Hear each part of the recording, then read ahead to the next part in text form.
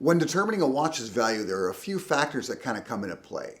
You got to look at the quality of the watch. You got to look at the finishing, of course. You got to look at the originality of the design. And of course, you got to look at the price, because if it's overpriced, that's not a value proposition, right? It's as simple as that. But out of the remaining three, originality is most important to me.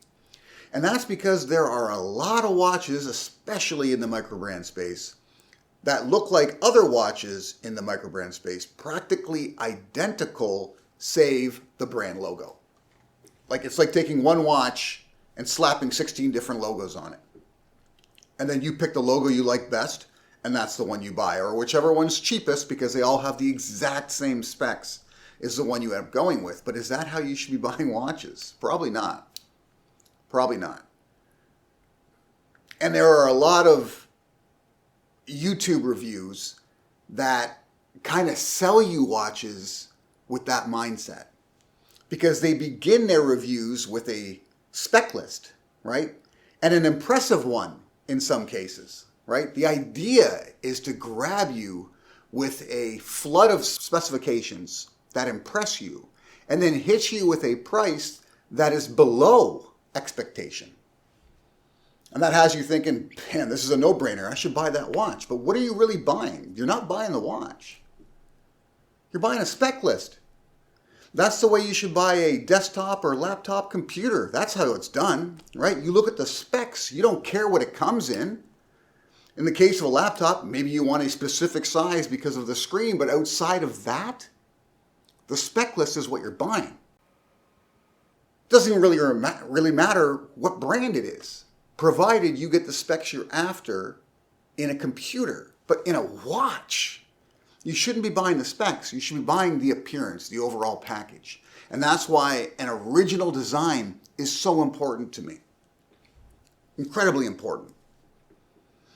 Because that's ultimately what's going to decide whether or not you keep that watch in your watch box or you end up giving it away or selling it somewhere down the line. That's really what it comes down to. And I'm guilty of buying specs, especially at a deal, right? I'm always looking for deals. If you follow the channel, you'll know that. And occasionally I may come across an estate sale or a clearance sale of some sort, an auction, where I see a watch that by all means sells for, let's say, $1,500 everywhere. Maybe seen it as low as $1,200 on like a Black Friday sale or something like that. And I'm able to win a brand new one in the box at auction for like $600. So half of what it would go for when it's on sale. And I'm thinking, wow, what a score. I scored. What a great deal for this watch. But 9 times out of 10, it ends up being a watch I would never buy otherwise. And not because it isn't a good value at, say, $1,200. It probably is. But it's because a watch I've never been that really intrigued by. I just know of it because I'm a watch enthusiast. I study watches, right? And I end up buying the specs, not the watch. And as a result of that, I end up selling it. Now, luckily enough, I've generally bought those kind of items low enough that I recoup my initial investment, so I don't lose any money on it. But the hassle for something I ultimately don't end up wanting is not worth it. It isn't. And you're going to see a lot of watches of great value that you'll be attracted to, but think twice before you go ahead and pull the trigger as to whether or not it's design you're really that interested in. Because it's like everything else, you might as well just find the cheapest one and go with it, right? And if that's your thing, and by all means do it. But these particular brands that I'm talking about, they have original designs that can grab you. And they have price points that are attractive for what you're getting.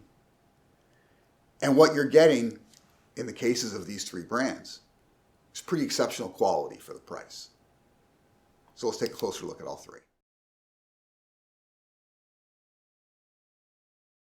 So something I've come to realize this year is that some of the most value-packed offerings as far as microbrand watches are concerned are all coming out of South Asia. Okay, now there are exceptions. You can get some very good watches out of Sweden, very good watches out of England, very good watches out of Italy. But when it comes to what you get in terms of price, it's hard to compete with the Microbrands operating in South Asia. And the first of which is one that if you follow the channel, you'll know full well that I'm a fan of, and that's Wise in Thailand. I've bought 3 of their watches this particular year, so that shows you how much of a fan I've become of Wise in such a short period of time since visiting them. But they produce some exceptional designs and models and top quality timepieces for the price you're paying. Another one of the brands is Zelos out of Singapore. Now, I've actually tried to buy a couple of their watches in the past, but I just didn't have the internet speed to get in the purchase window in time to actually get the models I was after. Hopefully, I can come up and eventually land something that I'm interested in now because we finally got high-speed internet in my area. Took forever. I'm in the center of Toronto, and for some reason, this little tiny pocket that I'm in didn't have high-speed internet. Well, now it does, so maybe now I'll get lucky. And then the last of which is a watch brand that I've never seen in person. I've seen Zelos, I own Wise, I've seen their whole offerings, but this I've never seen, although I've heard great things about them. I love the models they have on offer. They have some sort of unique design features that are really theirs, they're uniquely theirs. And they've got something coming out soon that I'm hoping I get in on, and that's Revelat out of Malaysia. Now, when I first saw this brand, I assumed it was actually called Revelo, and it may actually be Revelo, but when you look at the combination of words that go into the design of their name, it's a combination of Revel and Zealot. So I've got to go with Revelat and believe that's the way it's pronounced. Maybe they'll let me know. I've reached out to them as well. I've reached out to also Zelos. I'm hoping I can get something from these guys, purchase something for my collection, or if it doesn't make the cut, because you know I keep a very small collection of watches. Currently it's at 6. I may raise that to 8. It really looks like in the new year I'm going to have to go to 8 to not drive myself crazy, to be honest. But these 3 brands are offering some exceptional options, right? Some very good looking watches with unique design features and high finishing. For the price, it's hard to compete with. So let's get in all 3 and what stands out to me and what might be the reason why you decide to pull the trigger on one of these brands. Let's get into it. Wise is the oldest of the 3 brands. It began in 2008. Zelos began in 2014, and Revelat began in 2017. Now, even though Wise began in 2008, the models they were releasing then, most people wouldn't know because they didn't reach that point where they had established a website and started producing models for more of an international market. Their first really recognizable model by most people who know Wise wasn't until 2019 with their diver model, the 300-meter dedicated diver with a Seiko movement. Now, speaking of movements, the majority of these watches use Japanese movements. They use Seiko and Miyota workhorse movements, but recently, both Wise and Zelos, being the 2 oldest of the 3, have graduated, so to speak, to using Swiss movements. So with the Wise, their most recent release, the Asura, has a Sellita SW261-1. And with Zelos, you've got the Eagle 2, which has got a Le Juperay G100 movement. Very sort of new, very high-end movement. And the Nova has the manual wind at a 7001. So I wouldn't be surprised if Revelat follows suit and at some point releases some more upper scale watches as far as price points go with Swiss movements.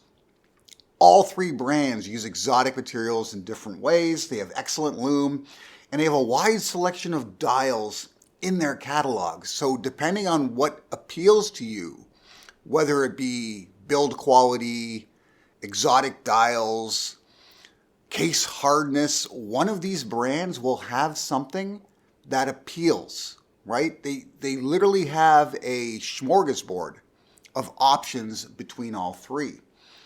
Now, Revelat has something that both Zelos and Wise don't have as much of, and that's a decent number of options specifically designed for women also, which is kind of nice to see because so much of this sort of watch hobby, especially when it comes to watch enthusiasts and hardcore watch collectors like myself, is male dominated and really targeted at men. But women are beginning to kind of pick up the habit also. So having a good selection of watches for women may set Revelat apart moving forward. So depending on what kind of collector you are, whether you're someone like me that kind of curates a very select few watches to keep in the watch box, or you're somebody who collects a lot of watches and keeps accumulating certain models, take a close look at what's coming out of South Asia, because what you're getting for the money and how they sort of push the limits in terms of design is something you won't get from some of the more, let's call it, safe markets that are available to you.